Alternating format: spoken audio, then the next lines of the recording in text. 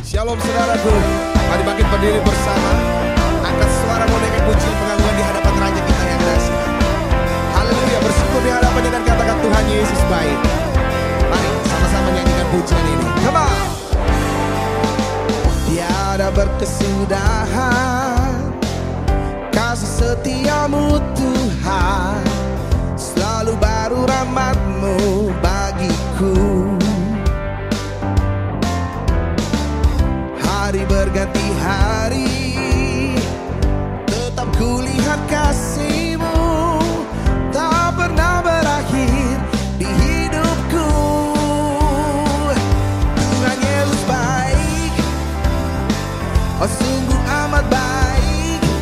Oh yeah, untuk selama-lamanya. Tuhan Yesus baik, oh Tuhan Yesus baik.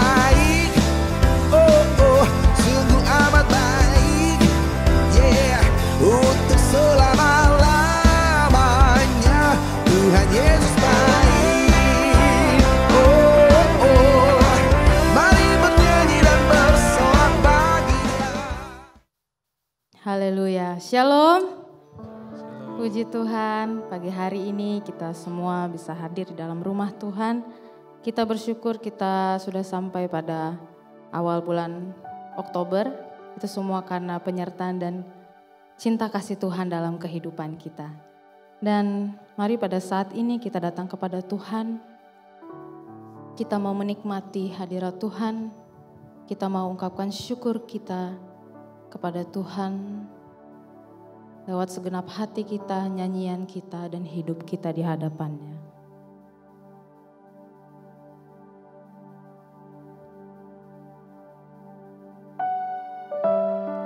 Terima kasih Tuhan, terima kasih ya Bapa. Engkau sungguh baik dalam kehidupan kami. Kasih-Mu tidak pernah berkesudahan Tuhan dalam kehidupan kami. Ini kami Tuhan, kami mau datang, kami mau bertemu dengan Engkau Tuhan.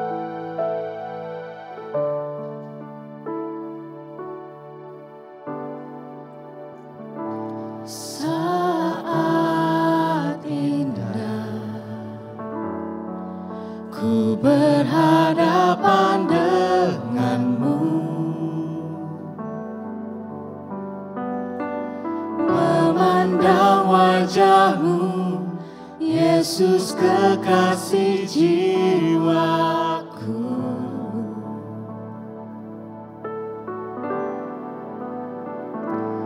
Bawa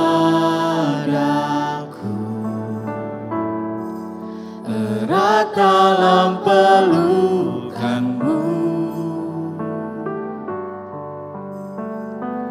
menikmati kasih dan indahnya hadirat-Mu.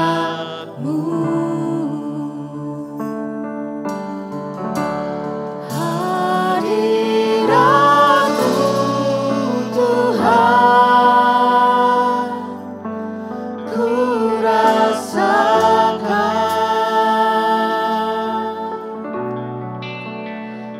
kekudusan-Mu Bapa, penuhiku.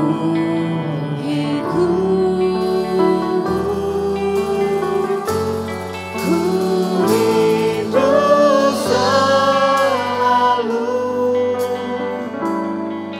diam dalam bait-Mu, menikmati kasih anugerah-Mu. Ini kerinduan kami Tuhan. Saat indah ku berhadapan denganmu, memandang wajah-Mu, Yesus kekasih jiwaku.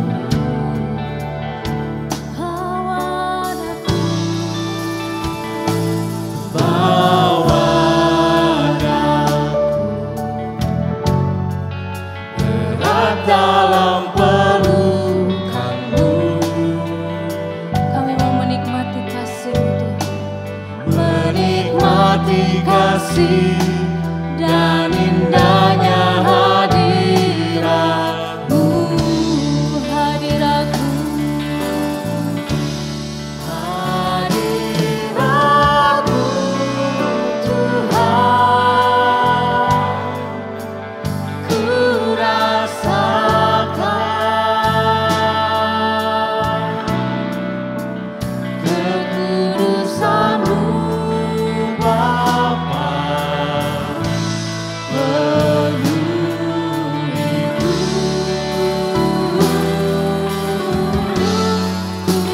Rindu selalu diam dalam bait-Mu, menikmati kasih anugerah. saya undang jemaat Tuhan untuk bangkit berdiri. Katakan, Hadirat-Mu Tuhan, ku rasakan kekudusan-Mu Bapa,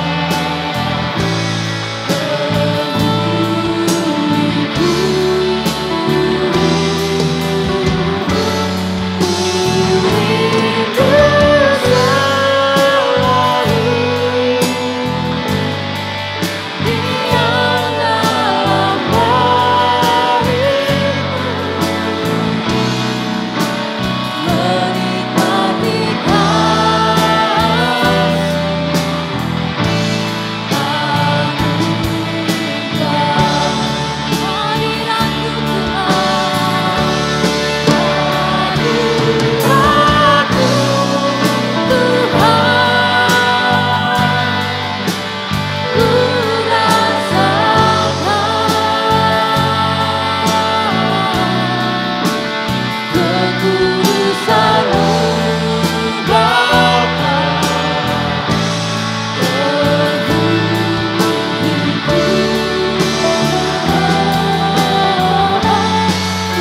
Rindu selalu diam dalam bait-Mu, menikmati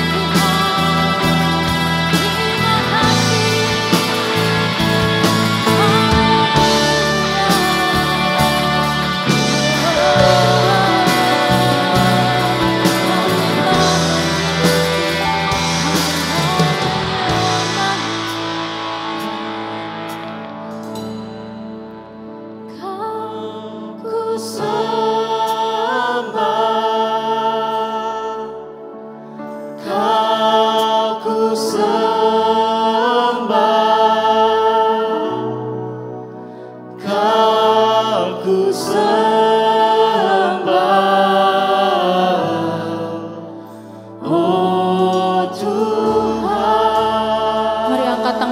kepada Tuhan, katakan, Kau ku sembah, hanya Engkau yang layak disembah. Kau ku sembah,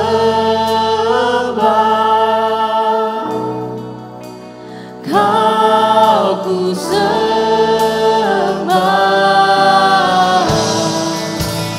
Oh Tuhan, Kau yang disembah, Kau ku sembah,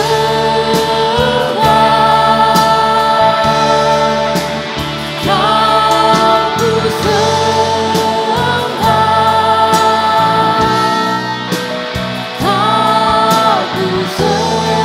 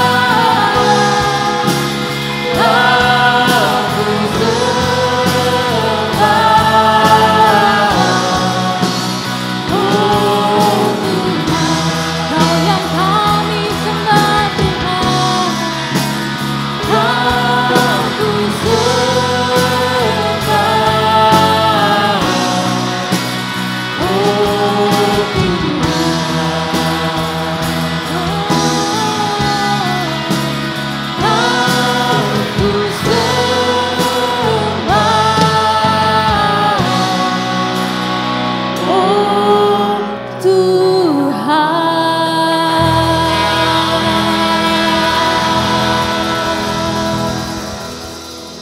Benar ya Tuhan, hanya Engkau satu-satunya Tuhan dalam hidup kami. Engkau satu-satunya yang kami sembah, yang kami tinggikan, yang kami muliakan Tuhan. Kami mau sepanjang hidup kami menyembah Engkau. Kami mau sepanjang hidup kami memuji dan memuliakan nama-Mu. Terima kasih Tuhan buat kebaikan-Mu, penyertaan-Mu dalam hidup kami. Dan saat ini Tuhan, setiap kami yang datang kepada Engkau, kami siap untuk memuji dan memuliakan nama-Mu. Di dalam nama Yesus, kita yang siap memuji Tuhan, katakan amin. Haleluya, beri kemuliaan untuk Tuhan kita, haleluya. Kita mau memuji Tuhan, boleh sapa kanan kirinya, berikan salam, berikan tos, katakan Tuhan Yesus mengasihimu. Haleluya.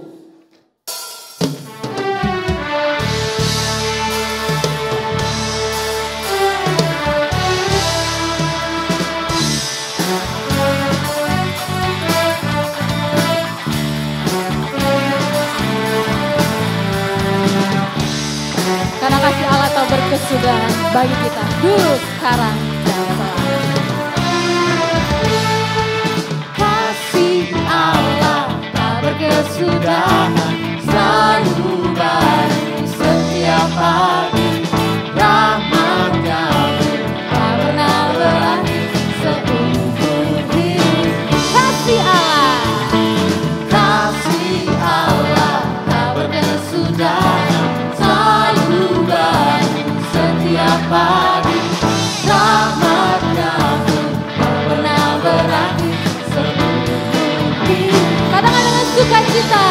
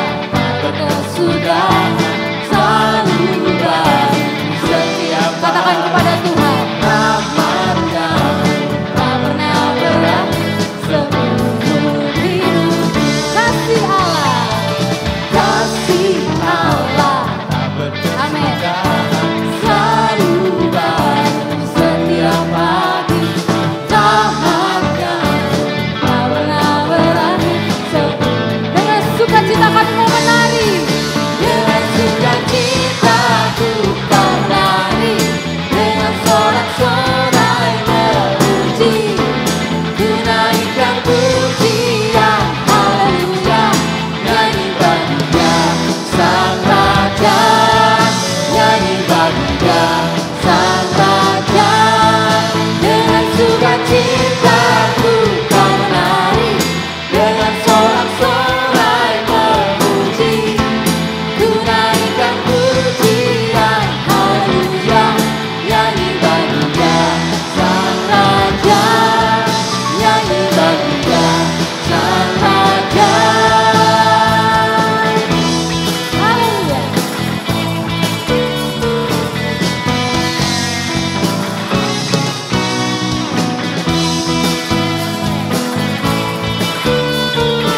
Kita mau bertepuk tangan buat Tuhan. Katakan, dengan sukacitaku kau menari, Dengan sorak-sorai memuji, ku naikkan pujian, haleluya, nyanyi bagi Dia Sang Raja, nyanyi bagi Dia Sang Raja.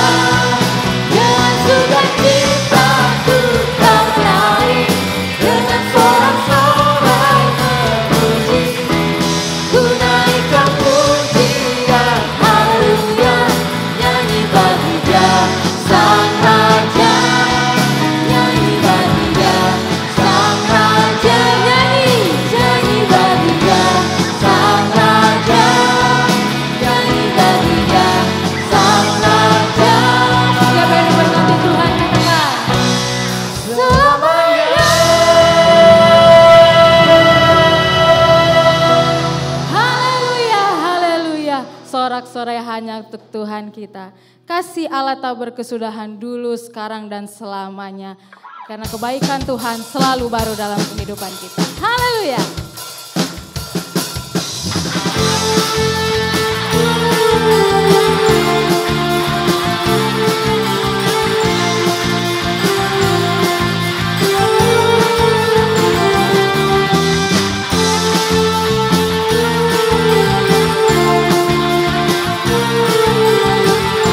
Siapa yang menikmati cinta kasih Tuhan, kita nyanyikan pujian ini kepada Tuhan.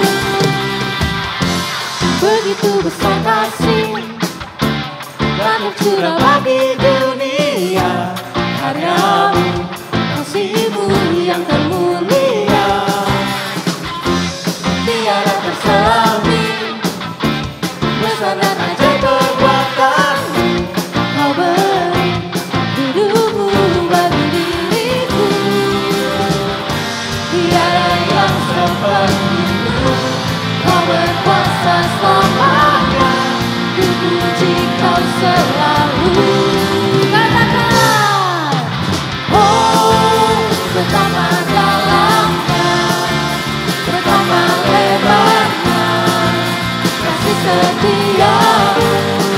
Oh, oh, oh, tiada bandingannya, tiada duanya, tiada tertira. Yesus Tuhanku.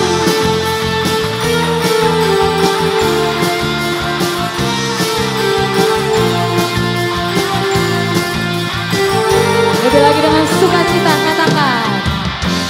Begitu besar kasih tak tercurah bagi dunia, karyamu, kasih-Mu yang termulia, tiada terselami, besar dan ajaib perbuatan-Mu. Kau beri hidupmu bagi diriku, Katakan kepada Tuhan, tiada yang seperti-Mu. Kau berkuasa selamanya, ku puji Kau selalu. Oh, betapa dalamnya, betapa lebarnya kasih setia-Mu. Oh, oh, oh, tiada bandingannya, tiada duanya, tiada tertira.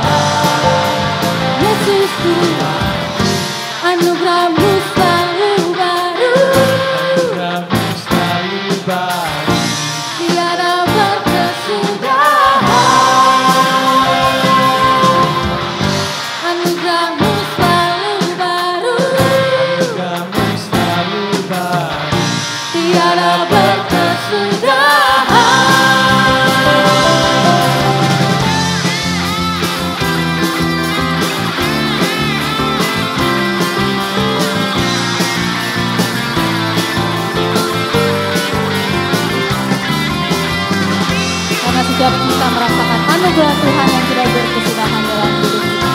Mari kita angkat pujian ini lagi kepada Tuhan dengan sukacita dan iman percaya kita kepada Tuhan. Dan oh, betapa dalamnya, betapa lebarnya kasih setiamu. Oh, oh, oh, tiada bandingannya, tiada duanya, tiada terhingga. Oh, betapa dalamnya, betapa lebarnya kasih setiamu. Oh, oh, oh, tiada bandingannya, tiada duanya, tiada terhingga. Yesus Tuhanku. Oh, oh, oh,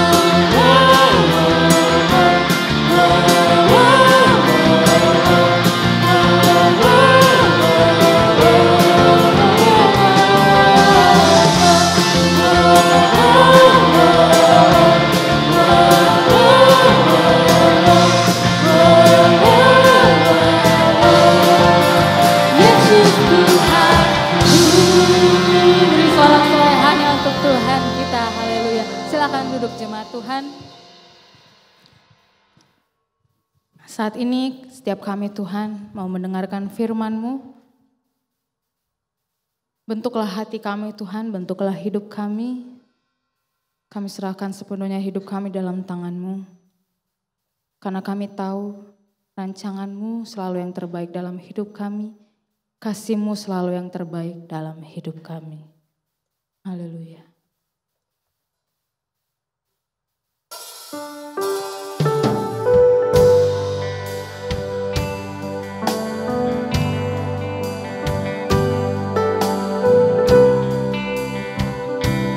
Ini kami Tuhan, ini hati kami.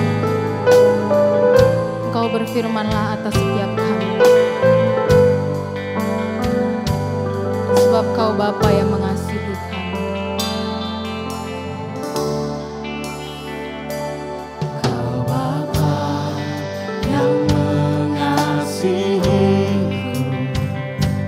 kuasa-Mu memulihkanku, hati yang baru Kau berikan untukku dapat melihat rencana-Mu indah bagiku. Kau ada di setiap jalanku, hatiku haus dan lapar akan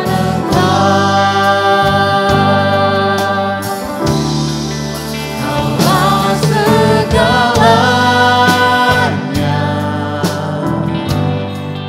di dalam hidupku.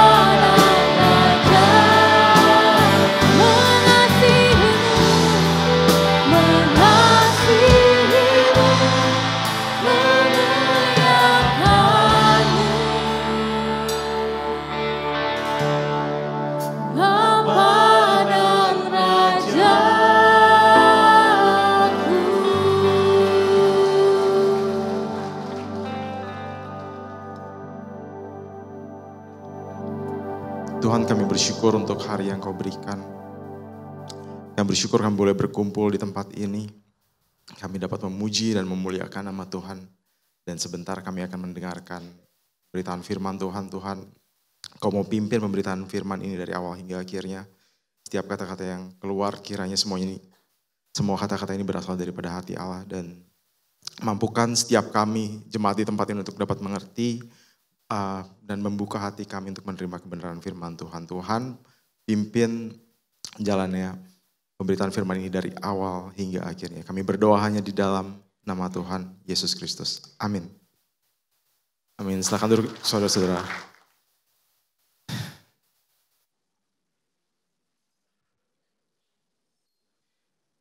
Shalom semuanya. Shalom. Hai. Mungkin pada kaget ya ngelihat saya hari ini. Saya juga agak kaget sih sebenarnya. Kayaknya kependekan tuh, pendek banget tuh potongnya. Jadi saya panik juga ya, tapi ya udahlah. Oke. Iya. Ya hari ini kita akan membahas soal cinta, kehendak bebas, dan penderitaan. Nanti saya akan bahas soal penderitaan, kehendak bebas, dan cinta urutannya gitu. Ini subjek yang sangat susah sekali ya saudara-saudara, ini sangat berat gitu maksudnya. Bagi banyak orang, mereka mungkin memilih untuk nggak membahas soal kayak penderitaan kayak gitu ya. Dan ya ini pembahasan yang cukup berat sebenarnya, dan ya semoga Tuhan memampukan saya untuk bisa menyampaikan ini dengan baik dan saudara bisa mengerti. Oke, cinta, kehendak bebas, dan penderitaan. Oke, kita bahas pertama soal penderitaan dulu. Jadi John Lennox ini salah satu tokoh Kristen favorit saya. Dia itu profesor matematika di Oxford dan juga profesor filosofi agama dan ilmu pengetahuan gitu ya. Dan dia bilang seperti ini saudara-saudara. Dia bilang life is full of beauty and barbed wire. Maksudnya apa? Maksudnya artinya hidup itu penuh dengan keindahan, tetapi penuh juga dengan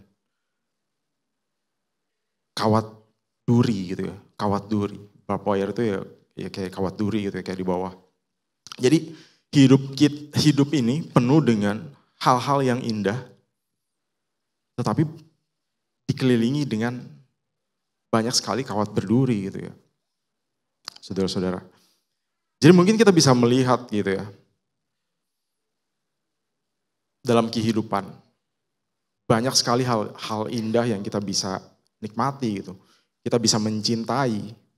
Tetapi pada saat yang bersamaan pula kita juga bisa kehilangan cinta dan mungkin kita bisa sakit hati karena cinta ya saudara-saudara.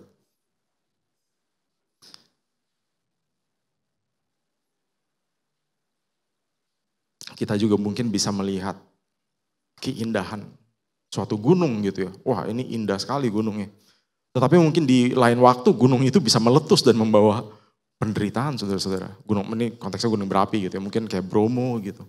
Mungkin wah gunungnya ini indah gitu. Tapi pada saat waktu tertentu dia bisa meledak gitu. Mungkin pada saat kita bermain bola gitu. Wah ini sesuatu hal yang sangat seru dan sangat baik, menyenangkan gitu ya. Tetapi ada kemungkinan juga pada saat kita bermain bola kita cedera saudara-saudara. Semalam Liverpool baru kalah lagi saudara-saudara. Itu kartu merah 2 ya. Itu bisa kartu merah 2 begitu, udah gitu golnya di menit 95. Ya itu penderitaan buat saya saudara-saudara.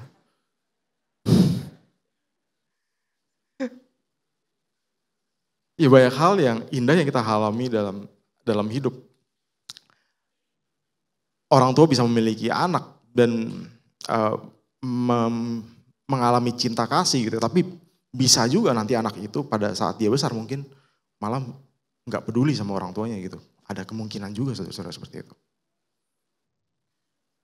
Jadi hidup ini penuh dengan keindahan tapi juga penuh dengan hal-hal yang menyakitkan gitu ya. Bapwire kalau kata si John Lennox ini.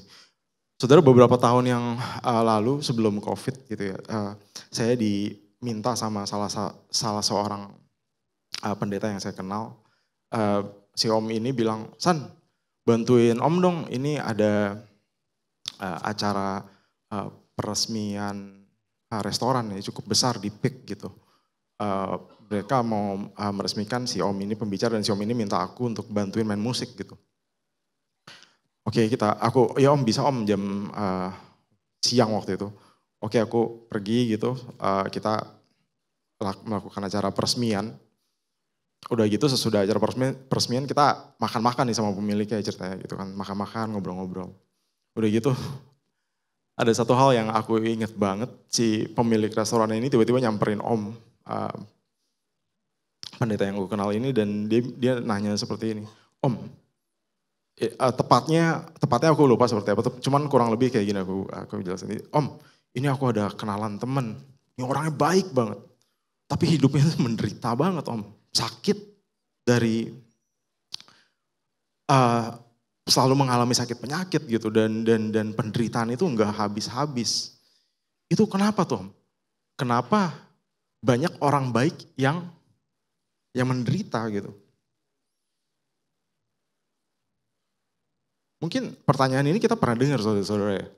Mungkin pertanyaan ini kita pernah dengar dan mungkin juga kita kadang-kadang bertanya juga gitu ya.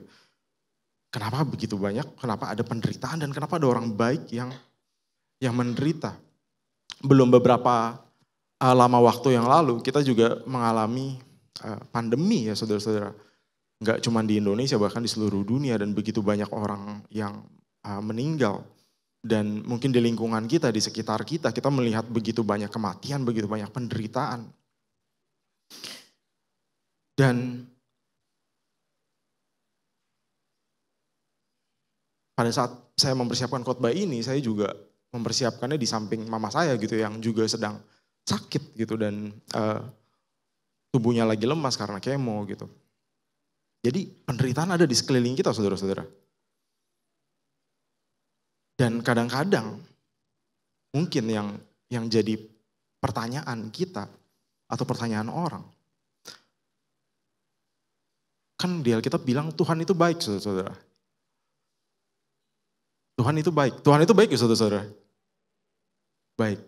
Tapi pada saat saudara-saudara mengalami penderitaan, pada saat saudara-saudara mengalami mungkin hal yang gak mengenakan atau mungkin sampai hal yang ya levelnya parah gitu ya mungkin ya saudara-saudara. Bisa gak saudara tetap mengatakan kalau Tuhan itu baik?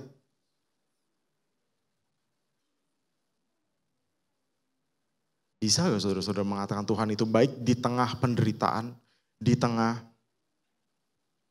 kekurangan, di tengah hal-hal yang gak mengenakan saudara-saudara? Saudara-saudara kita mau lihat di Mazmur 100 ayat 5. Di sini dikatakan sebab Tuhan itu baik, kasih setianya untuk selama-lamanya. Dan kesetiaannya tetap. Di Mazmur 136. Itu satu bagian itu bilang bersyukurlah kepada Tuhan sebab ia baik. Bahwasanya untuk selama-lamanya kasih setianya. Bahwasanya untuk selama-lamanya kasih setianya diulang terus-terusan tuh saudara-saudara di situ ya. Alkitab mengatakan Tuhan itu baik saudara-saudara. Dan mesti dikasih note. Dia katakan kasih setia Tuhan, kebaikan Tuhan dan kesetiaan Tuhan itu selama-lamanya dan tetap. Nah ini maksudnya apa saudara-saudara selama-lamanya dan tetap? Maksudnya Tuhan itu baik. Itu tidak berdasarkan kondisi kita saudara-saudara. Enggak berdasarkan waktu, enggak berdasarkan kondisi. Jadi seringkali ini mungkin ya umumnya orang kan bilang kayak gini, Tuhan itu baik, Tuhan baik karena saya dapat tender misalnya menang tender nih 1M gitu. Tuhan itu baik, Tuhan itu baik, saya disembuhkan. Tuhan itu baik karena saya dapat promosi di pekerjaan. Tuhan itu baik karena saya baru memiliki anak. Atau Tuhan itu baik, benar Tuhan itu baik karena kita patut mengucap syukur untuk segala kebaikan yang Tuhan beri dalam hidup kita, saudara-saudara. Benar, tapi bagaimana pada saat Anda nggak mengalami kebaikan, tanda kutip kebaikan menurut versi kita, maksudnya kita mengalami penderitaan, kita mengalami mungkin rugi gitu saudara-saudara. Bisa gak kita bilang Tuhan itu tetap baik? Nah, di kitab Mazmur ini bilang Tuhan itu baik dan kasih setianya itu untuk selama-lamanya. Selama-lamanya itu apa saudara-saudara? Mengindikasikan apa? Itu enggak terbatas waktu, enggak terbatas kondisi. Itu adalah naturnya Tuhan, nature-nya Tuhan. Maksudnya apa? Tuhan itu baik, full stop.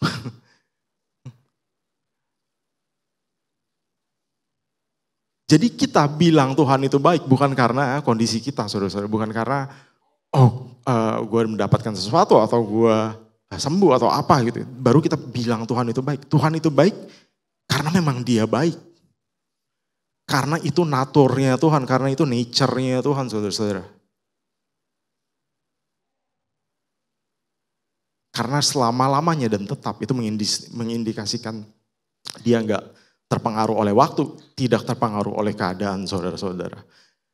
Nah, kalau Tuhan nature-nya baik, kalau Tuhan itu dari sananya baik gitu ya dan gak pernah jahat.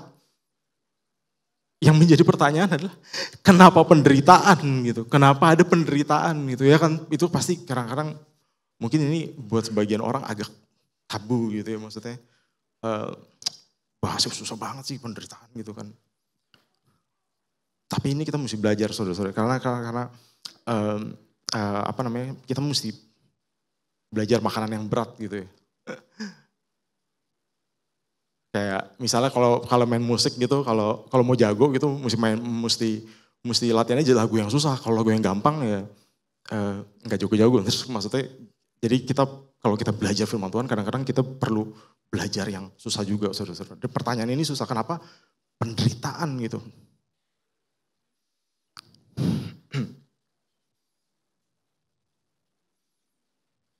Ya, kalau naturnya Tuhan baik, ini pertanyaan makin susah lagi.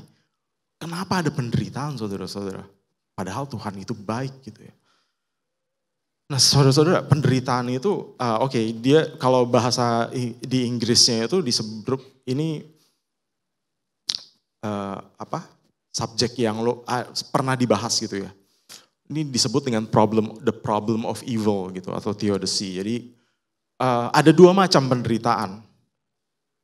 Ada dua macam evil gitu ya. Yang pertama itu adalah natural evil. Natural evil itu apa? Natural evil itu adalah penderitaan atau kesakitan yang diakibatkan oleh alam gitu ya. Ada sakit, ada bencana alam, ada juga kematian saudara-saudara. Nah, Alkitab menjelaskan natural evil ini adalah akibat dari dosa, saudara-saudara. Di Kejadian 3 ayat 16-18, firman-Nya kepada perempuan itu, susah payahmu waktu mengandung akan kubuat sangat banyak. Dengan kesakitan kau akan melahirkan anakmu. Ini pada saat Hawa jatuh ke dalam dosa ya. Tahu ya saudara-saudara ya. Jadi pada saat Adam dan Hawa jatuh kepada dosa, Tuhan berfirman, susah payamu waktu mengandung akan kubuat sangat banyak, dengan kesakitan kau akan melahirkan anakmu, namun kau akan berakhir pada suamimu dan ia akan berkuasa atasmu. 17 lalu firman-Nya kepada manusia, karena engkau mendengarkan perkataan istrimu dan memakan dari buah pohon yang telah kuperintahkan kepadamu, jangan makan daripadanya, maka terkutuklah tanah. Karena engkau dengan bersusah payah engkau akan mencari rezekimu dari tanah seumur hidupmu. Semak duri dan rumput duri yang akan dihasilkannya bagimu. Dan tumbuh-tumbuhan di padang akan menjadi makananmu. Dengan berpeluh engkau akan mencari makananmu sampai engkau kembali lagi menjadi tanah. Karena dari situlah engkau diambil. Karena sebab engkau debu dan engkau akan kembali menjadi debu. Nah di ayat 24 dikatakan ia menghalau manusia itu dan di sebelah timur Taman Eden ditempatkannya nyala beberapa kerup dengan pedang yang bernyala-nyala dan menyambar-nyambar untuk menjaga jalan ke pohon kehidupan. Kalau di Kejadian juga dijelaskan pohon kehidupan itu bisa membuat manusia untuk hidup terus gitu ya. Jadi di Kejadian 3 ini dijelaskan kesakitan, bencana alam, tanah yang dikutuk gitu ya, dan kematian itu masuk pada saat dosa masuk ke dalam dunia, saudara-saudara. Nah yang kedua, saudara-saudara, yang kedua adalah moral evil. Jadi yang pertama itu ada natural evil, yaitu kesakitan, bencana alam, kematian gitu ya. Nah yang kedua itu adalah moral evil. Moral evil ini apa sih saudara-saudara? Moral evil ini adalah penderitaan atau kejahatan yang disebabkan oleh karena moralitas manusia yang bobrok. Penderitaan yang disebabkan oleh karena nurani manusia yang bengkok, yang enggak turut sama perintah Allah, saudara-saudara. Pada abad 1920. Saudara tahu gak? Di abad 1920, 100 tahun belakangan ini, manusia itu udah bunuh manusia lebih banyak dibanding sepanjang sejarah manusia hidup, saudara-saudara. Di 100 tahun belakangan ini doang. Jadi pada saat perang dunia pertama itu mungkin sekitar berapa? 40 juta korban, 20 juta yang mati. Perang dunia kedua lebih banyak lagi. Di China, Mao Zedong, Stalin, Pol Pot di Kamboja, itu bunuh berpuluh-puluh juta orang, saudara-saudara. Dan kita sendiri pun bisa merasakan moral evil ini ya saudara-saudara. Mungkin yang paling jelas itu pada waktu kerusuhan Mei 98 gitu ya. Ada juga di Twin Tower di New York tahun 2001. Kita melihat kejahatan manusia begitu jahat ya saudara-saudara ya. Dan gak perlu jauh-jauh kalau Anda mau lihat kejahatan manusia, moral evil ya. Cuma nyalain TV aja sih.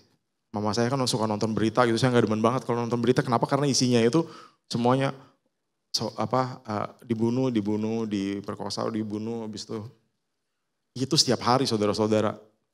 Bisa bapak bunuh anak, bisa anak bunuh bapak, bisa teman bunuh sesama gitu. Dan begitu banyak itu di berita, kita nyalain aja, kita bisa melihat moralitas manusia yang bobrok gitu ya saudara-saudara.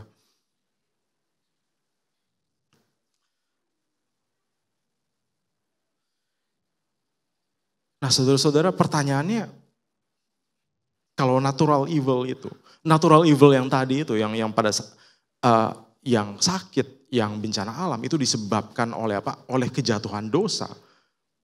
Jadi natural evil itu sebenarnya disebabkan oleh moral evil ini, saudara. Moral evil ini dimana pada saat manusia nggak nurut sama perintah Tuhan gitu ya. Tuhan udah ngasih di hati nurani kita semacam garis ya, kita tahu ini benar atau salah sebenarnya saudara-saudara, tapi manusia melenceng dari itu dan manusia melakukan perbuatan yang sangat keji. Saudara-saudara, kalau saudara-saudara tahu ya di Perang Dunia Kedua itu membunuh orang itu sistematis saudara-saudara, pakai sistem. Ya, jadi kalau pernah ada yang dengar Nazi Hitler gitu, mungkin nggak terlalu banyak belajar, mungkin nggak terlalu masuk kurikulum sekolah kali ya kalau di sini. Aku nggak ingat sih waktu dulu.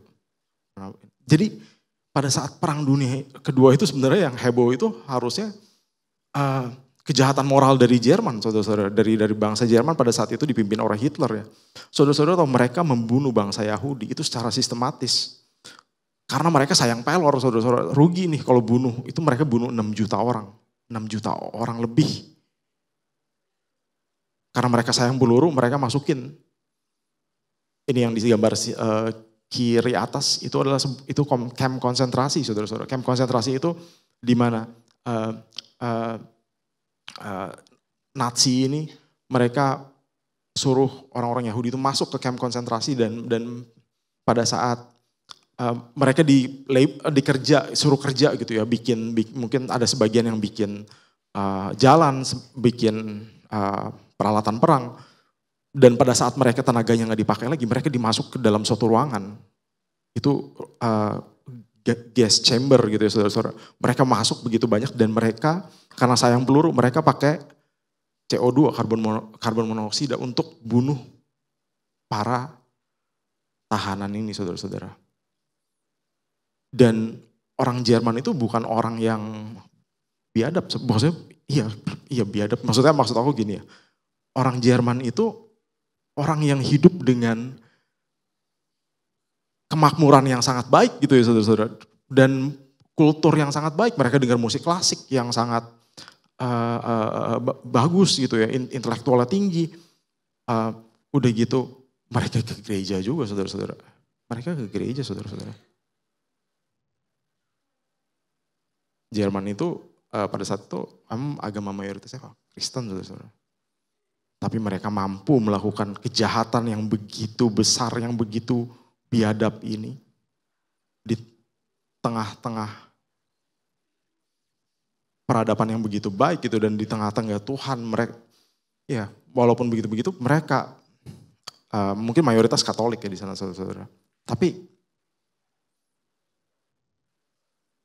kita dapat melihat begitu bobroknya moral orang. Nah,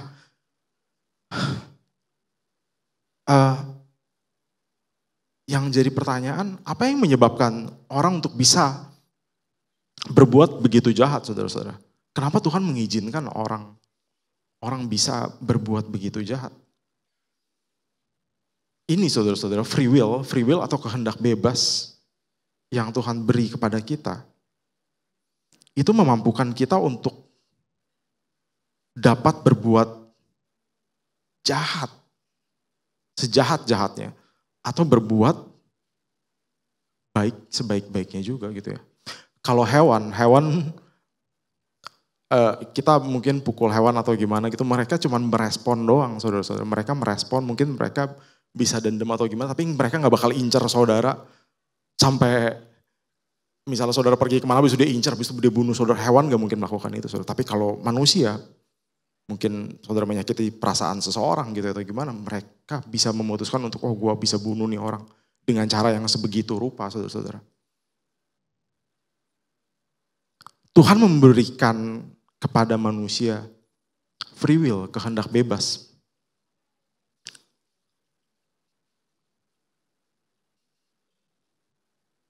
Kepada Adam dan Hawa saudara-saudara. Kenapa Tuhan enggak, pertanyaan gini saudara, kenapa enggak dari awal aja sih Tuhan, pada saat Tuhan menciptakan Adam dan Hawa gitu ya, pada saat Tuhan menjadikan Adam dan Hawa sebagai manusia, kenapa Tuhan enggak bikin Adam dan Hawa ini enggak bisa berbuat dosa? Kan bisa begitu ya saudara-saudara. Bisa enggak Tuhan bilang, oh aku menciptakan Adam dan Hawa dan aku bikin dia enggak berbuat dosa. Enggak ada kemungkinan buat dia berbuat dosa saudara-saudara. Jadi nanti si Adam dan Hawa pada saat diciptakan dia hidupnya benar-benar aja lurus gitu. Bisa saudara-saudara Tuhan menciptakan seperti itu. Nah, kenapa Tuhan memberikan kebebasan untuk manusia untuk berbuat jahat saudara-saudara? Kenapa Tuhan kasih kebebasan itu yang menyebabkan begitu banyak penderitaan ya saudara-saudara. Penderitaan yang begitu banyak di dunia ini. Hasil daripada manusia yang bisa berbuat seenaknya. Berbuat dengan bebas. Mereka bisa melakukan hal jahat yang begitu jahat. Dan Tuhan sepertinya enggak berbuat apa-apa saudara-saudara.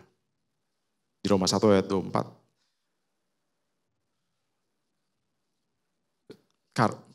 Karena itu Allah menyerahkan mereka kepada keinginan hati mereka dan akan kecemaran. Kalau kita mau bahas free will ini sebenarnya agak unik sedikit karena ini ada doktrin kalau di gereja gitu yang cuman saya nggak bakal bahas di sini, ada kita bilangnya Arminianism dan Calvinism gitu ya. Cuman kita nggak bahas, dan itu agak sedikit rumit sedikit ya saudara-saudara. Jadi kenapa Tuhan memberikan kebebasan untuk manusia untuk berbuat jahat, saudara-saudara? Ini saudara-saudara jawabannya. Karena cinta, saudara-saudara.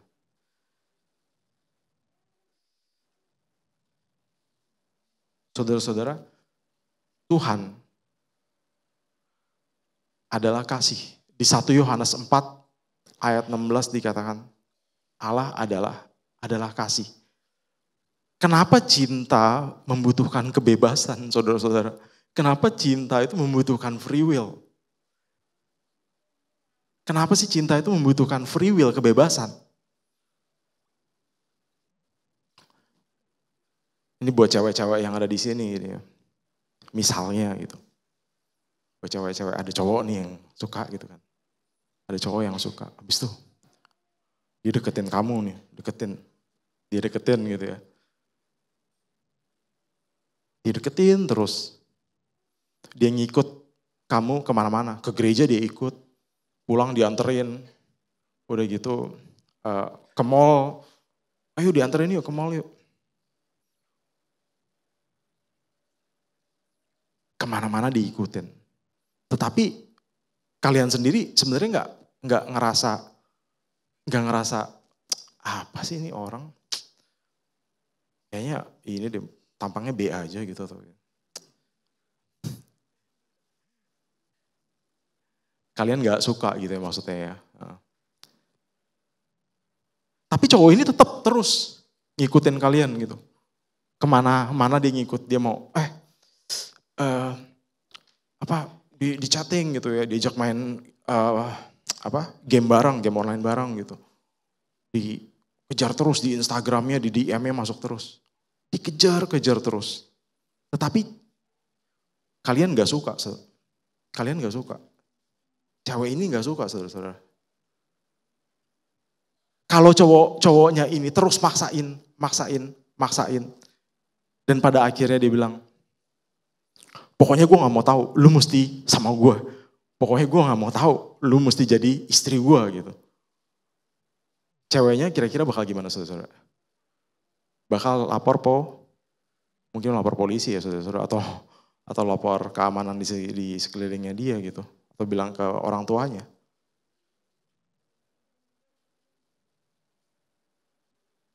Saudara-saudara, cinta yang sejati itu nggak bisa dipaksakan, saudara-saudara. Cinta yang sejati itu harus disertai dengan kebebasan. Si cewek ini harus dengan rela menyerahkan dirinya, oke, gue mau sama lu. Cowok ini juga harus dengan rela menyerahkan dirinya, oke, gue siap berkomitmen dengan kamu. Cinta yang sejati memerlukan free will, membutuhkan kehendak bebas, membutuhkan kebebasan. Kalau dipaksa, saudara-saudara, kalau dipaksa nih, yaudah kamu tetap terus itu jadi istriku gitu. Itu kira-kira cintanya sejati gak? Murni gak, saudara-saudara? Atau misalnya ada orang gitu ya yang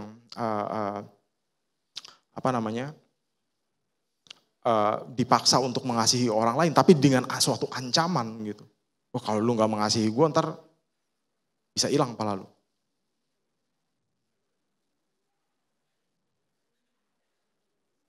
Itu bukan kasih yang sejati, saudara-saudara.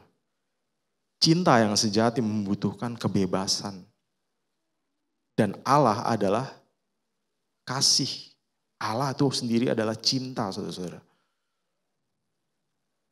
Makanya pada saat dia menciptakan kita, dia memberikan kita kebebasan, saudara-saudara. Untuk memilih dia atau untuk menolak dia. Frank Turek, seorang apologis dari Amerika, dia suka bikin seminar tanya jawab gitu ya. Dan suatu saat si Frank Turek ini ditanya, saudara-saudara, ada seorang yang bilang seperti ini sama dia. Frank, nenekku ini usianya udah, nenekku ini udah meninggal gitu ya. Dan dia itu orang yang udah sangat tua, hidupnya sudah sangat lama. Dan pada waktu dia muda, dia masuk ke camp konsentrasi yang di Jerman tadi. Neneknya ini seorang Yahudi, saudara-saudara. Yang tadi yang aku ceritain di Perang Dunia itu, yang di Jerman itu. Dia masuk ke camp konsentrasi dan dia berhasil keluar selamat. Dan sepanjang hidupnya, dia hidup dengan moral yang sangat baik. Dia mengasihi orang lain, dia jujur sama orang lain, dia nggak pernah menyakiti orang lain. Dia hidupnya itu secara kita kalau orang lihat gitu itu baik. Tetapi suatu saat pada saat dia sudah tua, dia nggak percaya Kristus. Pada saat dia sudah tua, ada beberapa evangelis yang datang dan memperkenalkan Kristus sama nenek ini. Dan berapa kali datang evangelis itu menjelaskan tentang Kristus dan mempresentasikan kasih Kristus, memberitahu kalau Kristus sudah mati buat dosa-dosa dia. Tetapi neneknya ini menolak untuk percaya.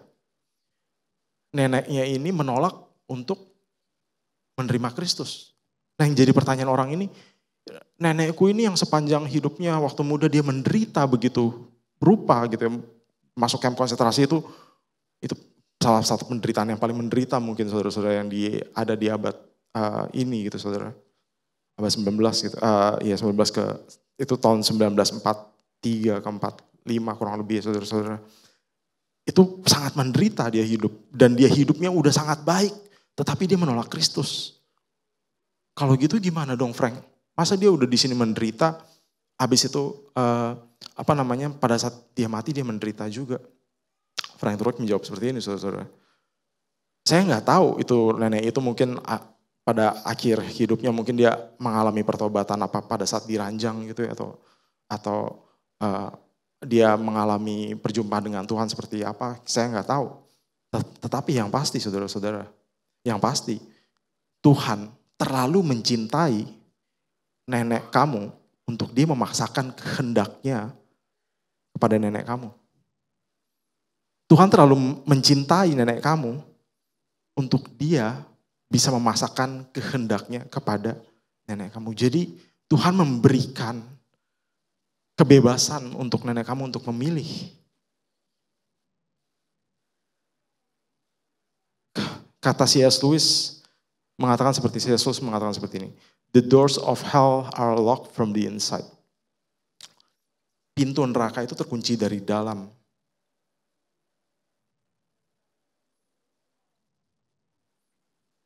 Karena pada akhirnya saudara-saudara, cuman ada dua macam orang.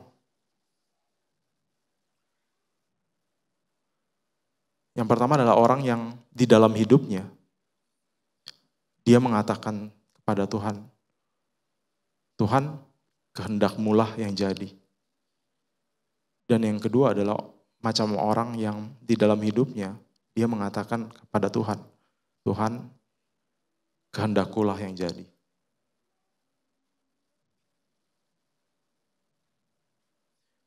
Nah dengan kebebasan yang kita miliki saudara-saudara, kehendak mana yang saudara pilih dalam hidup saudara-saudara?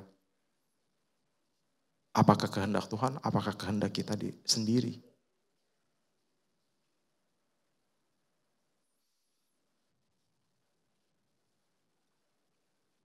Membahas penderitaan ini memang sulit saudara-saudara. Kitab Ayub itu mungkin kitab paling tua ya saudara-saudara yang ada di dalam Alkitab. Ya, dia mungkin letaknya emang keselip di tengah-tengah gitu, tapi itu kitab yang paling kuno gitu ya. Karena dari gaya bahasanya para ahli Alkitab perkirakan ini kitab yang paling tua. Kalau kita mungkin kayak jangan lama gitu ya. Ada orang yang namanya misalnya Pak Budi gitu, BOEDI gitu ya bener. Nah itu, ini lahirnya tahun berapa ketahuan gitu ya. Nah kitab Ayub prediksikan itu kitab yang paling tua gitu dari gaya bahasanya. Dan dari awal Tuhan sudah, kitab Ayub membahas soal apa tuh saudara-saudara? Membahas soal penderitaan gitu ya. Jadi dari awal Tuhan sudah kasih pesan tentang penderitaan ini. Tetapi dalam kitab Ayub itu Tuhan gak menjelaskan saudara-saudara dengan detail kenapa penderitaan itu ada. Tapi kita bisa lihat kalau di bagian akhir di kitab Ayub itu ada Tuhan menjawab. Tuhan menjawab, bukan menjawab menjelaskan, tapi dia bilang seperti ini, kurang lebih kayak gini saudara. Siapa lu Ayub? Emang lu ada waktu gue menciptakan bumi? Emang lu ada waktu gue menaruh fondasi di dalam bumi, di atas bumi? Emang lu ada pada saat gue menciptakan bintang-bintang? Emang lu tahu? Emang lu ngerti betapa dahsyatnya kekuatan Tuhan? Penderitaan itu kita seringkali gak mengerti saudara-saudara. Penderitaan itu seringkali kita gak bisa memahami kenapa begitu banyak penderitaan yang ada di dalam dunia ini dan itu sukar dimengerti saudara-saudara. Tetapi yang pasti saudara-saudara, Tuhan gak jauh dari penderitaan. Tuhan gak jauh dari penderitaan. Karena Tuhan sendiri datang ke dalam bumi. Dan dia menderita bareng sama kita saudara. Mungkin menderitanya levelnya lebih beda level gitu ya. Di kayu salib itu beda level saudara. Jauh. Mungkin penderitaan yang kita alami di sini, yang sekarang kita alami itu gak ada artinya saudara-saudara. Yohanes 3 ayat 16 ini ayat yang paling terkenal mungkin ya bagi orang Kristen gitu ya. Dan di ayat ini kita bisa melihat cinta Tuhan karena begitu besar kasih Allah akan dunia ini. Sehingga ia mengaruniakan anaknya dengan kehendak, dengan kebebasannya Tuhan memberikan anaknya untuk apa saudara-saudara? Untuk mati menderita supaya kita orang yang mau percaya, orang yang mau berseru dengan mulut kita dan percaya dalam hati kita kalau Tuhan Yesus Kristus, Tuhan yang mati, yang hidup dengan sempurna, yang mati di kayu salib dan bangkit. Dan pada saat kita percaya di hati kita dan mengucapkan dengan mulut kita, itu beroleh apa? Beroleh hidup yang kekal, saudara-saudara.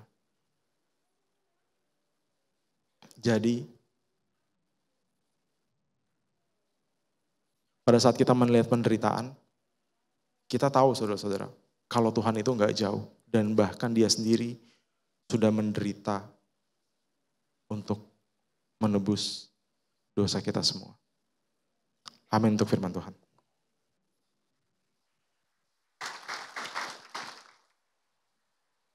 Tuhan kami bersyukur untuk hari ini. Tuhan kami bersyukur untuk pembahasan yang mungkin sulit.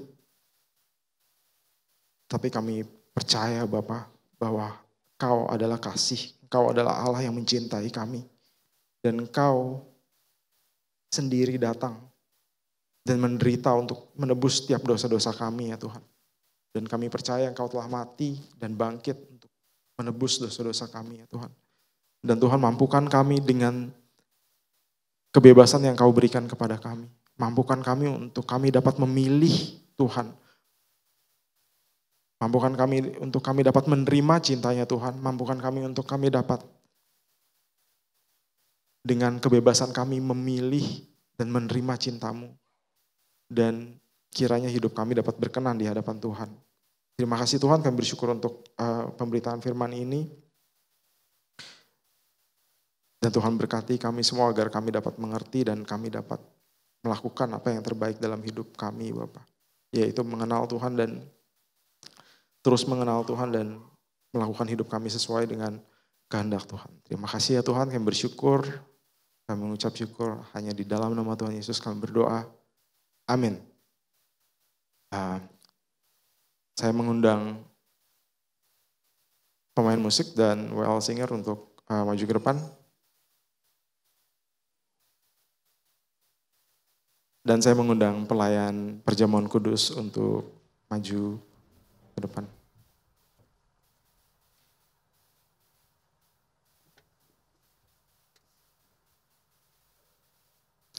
Kita mau angkat pujian pada satu bukit.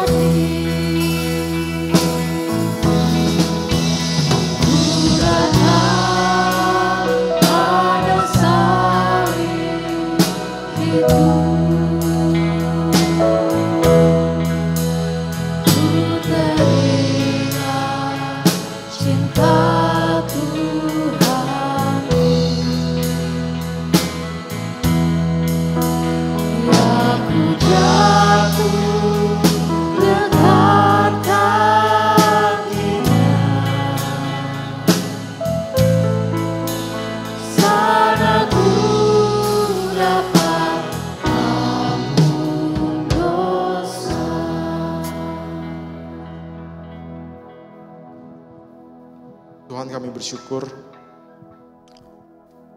kalau kami diperkenankan untuk kami boleh dapat mengingat pengorbanan Tuhan yang begitu besar Bapa bagi kami. Kami bersyukur untuk kami dapat mengingat kembali cinta Tuhan akan hidup kami melalui penderitaan. Kau telah menderita bagi kami, bagi dosa-dosa kami ya Tuhan. Di kayu salib itu kami dapat melihat cinta Tuhan. Kami bisa dapat melihat hasil karya Tuhan. Dan Tuhan melalui perjamuan kudus ini, ingatkan kami kembali Bapa, untuk kami dapat sadar kalau hidup kami, keselamatan kami, ini adalah anugerah yang cuma-cuma yang Tuhan berikan kepada kami. Dan kami dapat menghidupi hidup kami dengan rasa syukur, dan kami mau terus menundukkan diri kepada Tuhan. Tuhan kiranya mau memberkati roti dan anggur yang ada di depan ini. Kiranya pada saat setiap jemaat di sini memakan dan roti dan anggur ini, mereka dapat melihat kasih Tuhan. Mereka dapat melihat kebaikan Tuhan melalui penderitaan yang di kayu salib yang Tuhan sudah alami. Dan Tuhan, pada saat mereka memakan dan meminum anggur ini ada berkat Tuhan yang tercurah Bapa. Mereka boleh mengalami pemulihan Bapa. Mereka boleh mengalami kesembuhan, mereka boleh mengalami kesadaran kalau hidup ini adalah milik Tuhan. Dan dengan kebebasan yang kami miliki Bapak, kami ingin memberikan kebebasan kami. Dan kami mau memilih Tuhan. Kami mau menerima cintanya Tuhan.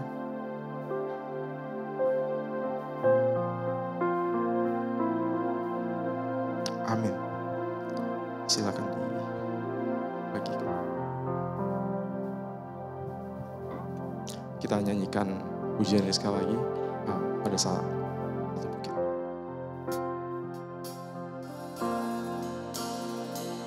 Ada satu bukit jauh dari sini, kulihat salib berdiri, sepotong kayu kasar, tanda dosa besar. Di sana Tuhanku tak mati. Datang pada salib itu, ku teringat cinta Tuhan. Aku jatuh dekat kakinya, sana ku dapat ampun dosa.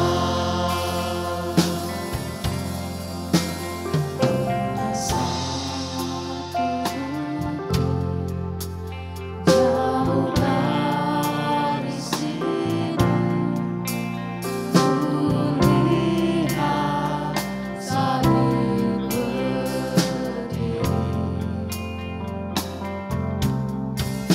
sepotong kayu kasar, tanda dosa besar. Di sana Tuhanku tak mati. Ku datang pada salib itu, ku teringat cinta Tuhan. Aku jatuh dekat kakinya, sana ku dapat ampun dosa. Ku datang pada salib itu,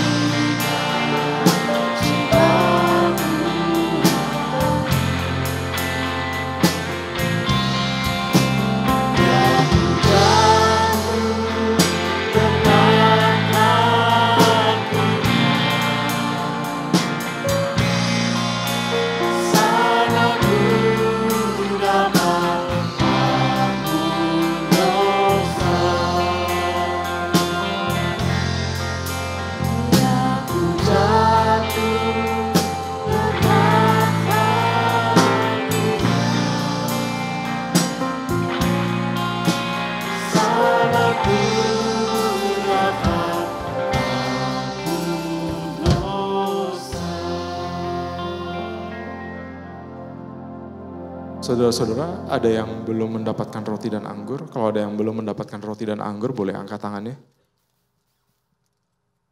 Sudah semua? Oke.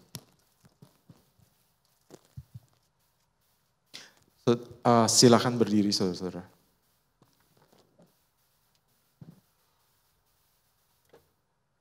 Kita mau angkat roti tinggi dengan tangan kanan kita.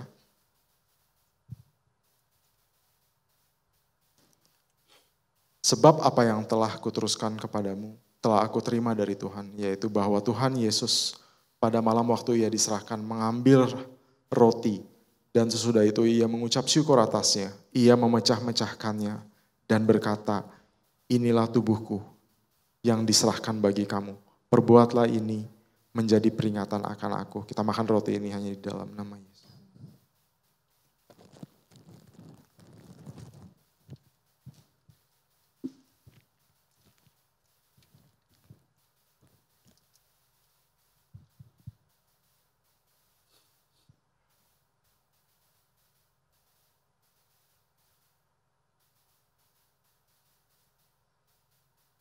Kita mau angkat anggur dengan tangan kanan kita.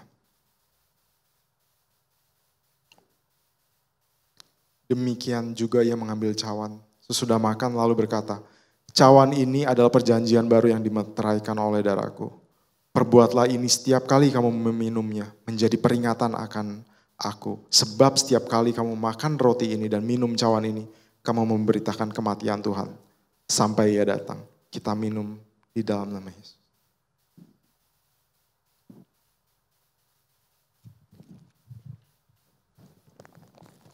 Mengucap syukur atas kebaikan Tuhan, saudara, atas hidup. Mengucap syukur atas kebaikan Tuhan di atas kayu salib. Kita ingat kebaikan Tuhan. Tuhan kami bersyukur, Tuhan kami mengucap syukur. Melalui perjamuan ini kami kembali diingatkan betapa begitu Tuhan mencintai kami. Tuhan sayang kepada kami. Dan Tuhan kau telah menderita, kau mati di kayu salib demi menembus dosa kami ya Tuhan. Dan Tuhan mampukan kami untuk kami dapat selalu mengingat itu dan selalu kami dapat mengucap syukur. Di tengah mungkin kalau kami ada mengalami penderitaan kami dapat berkata Tuhan itu baik, Tuhan itu selalu baik. Dan Tuhan mampukan kami untuk kami dapat hidup kami mengikuti apa yang Tuhan mau. Dan kami bersyukur untuk hari ini ya Bapak. Kami bersyukur untuk hari ini kami boleh dapat mendengarkan firman Tuhan, kami boleh dapat menikmati perjamuan kudus ini ya Tuhan. Terima kasih Tuhan. Terima kasih Bapa. Kami mengucap syukur. Kami mengucap syukur. Dan kami berdoa hanya di dalam nama Tuhan Yesus. Amin. Silakan duduk saudara-saudara.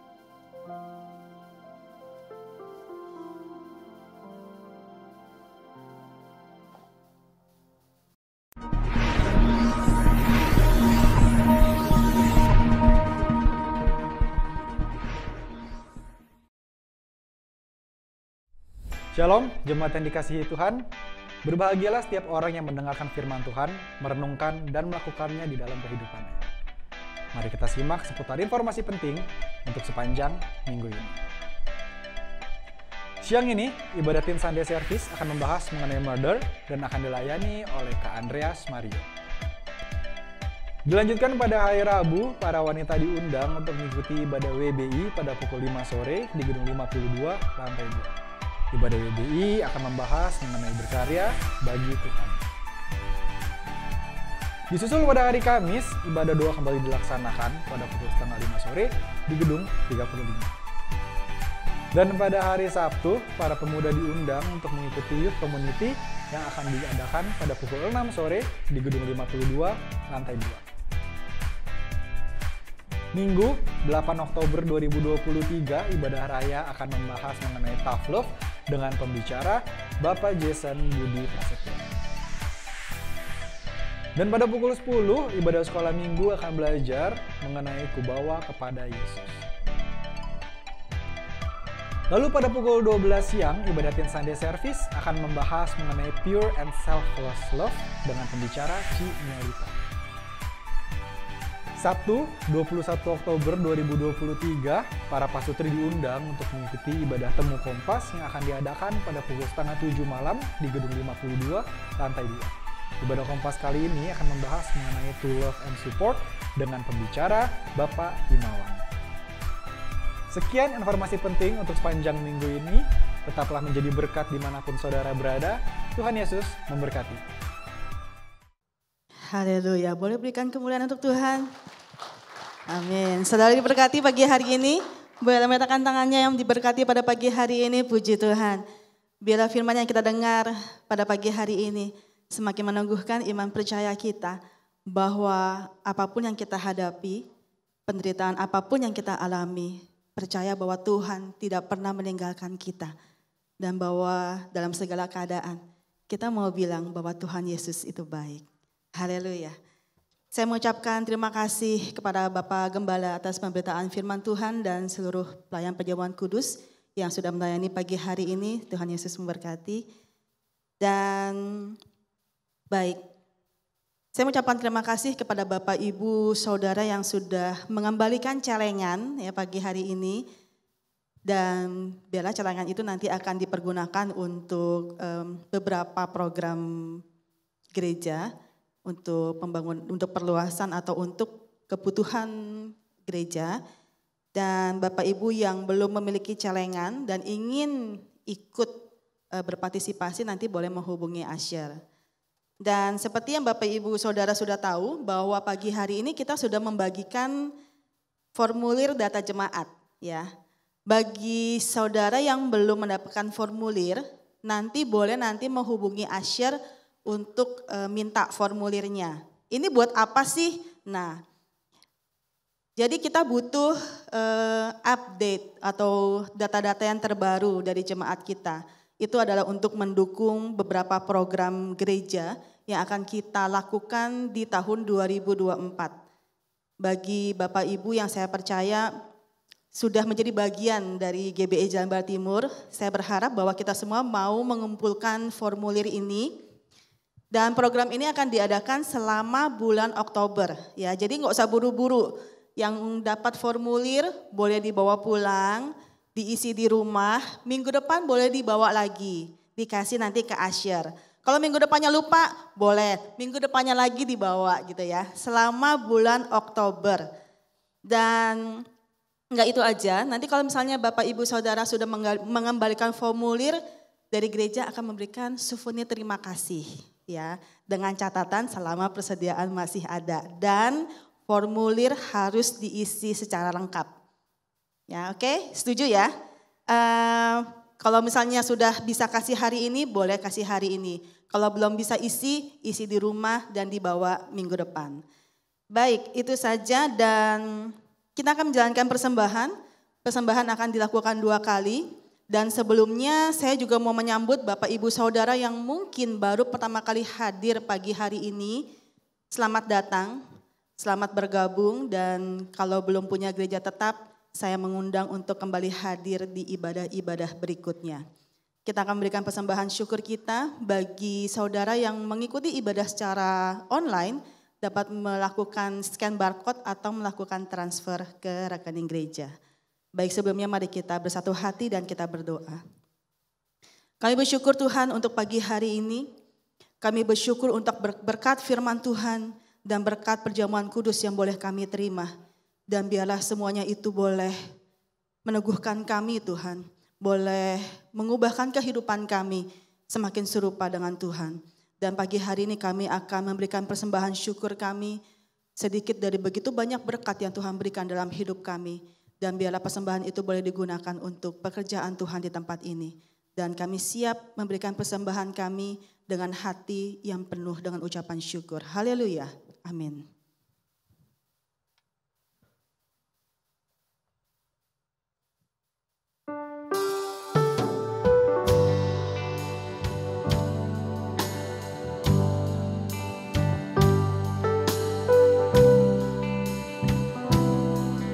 Kita akan memberikan persembahan kita. Kita akan pujian, oh Bapa yang mengasihi.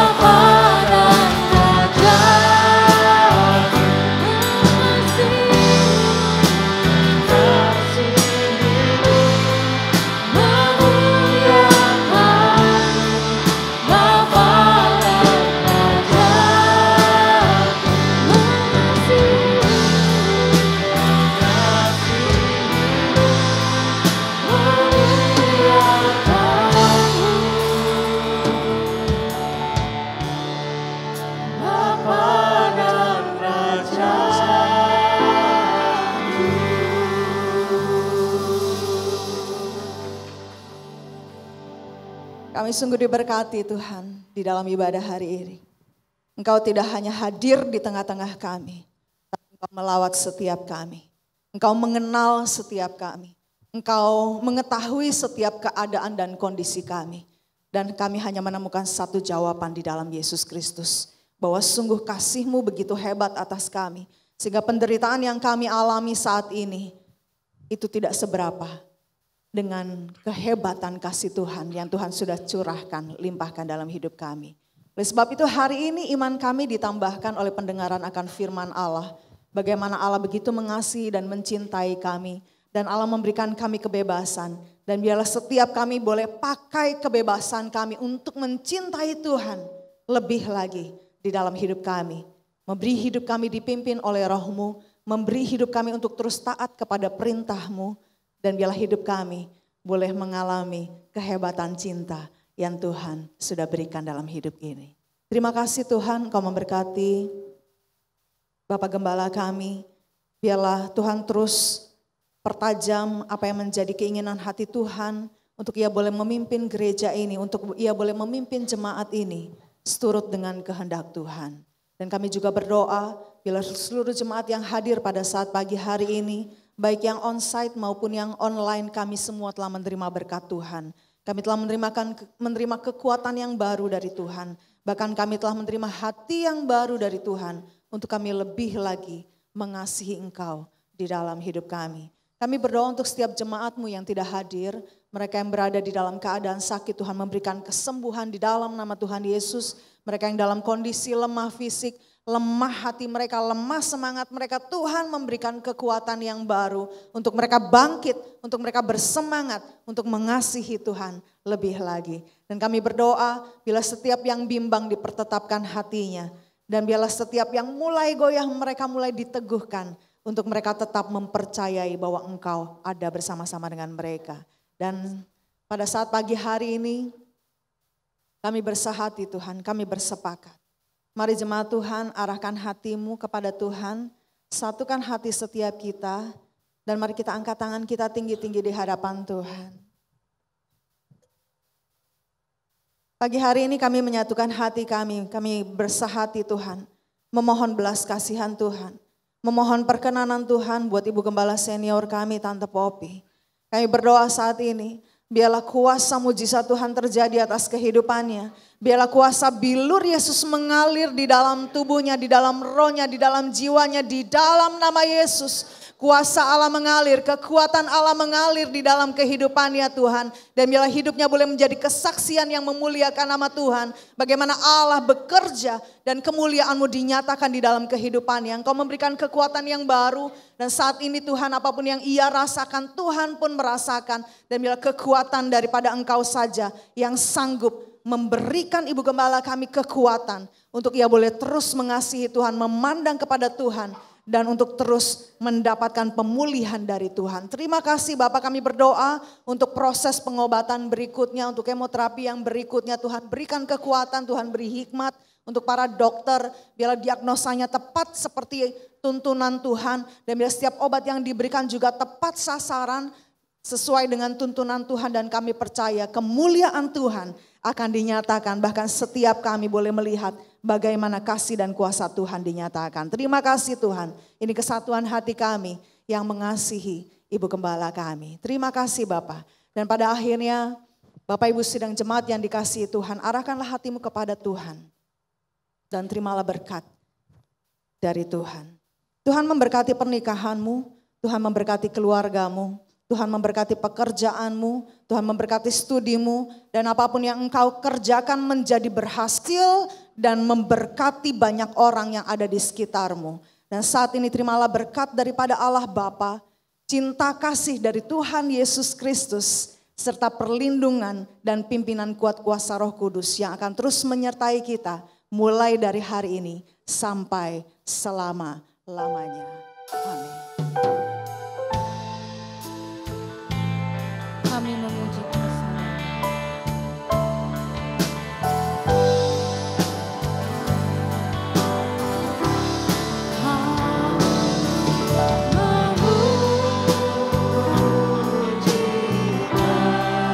Besar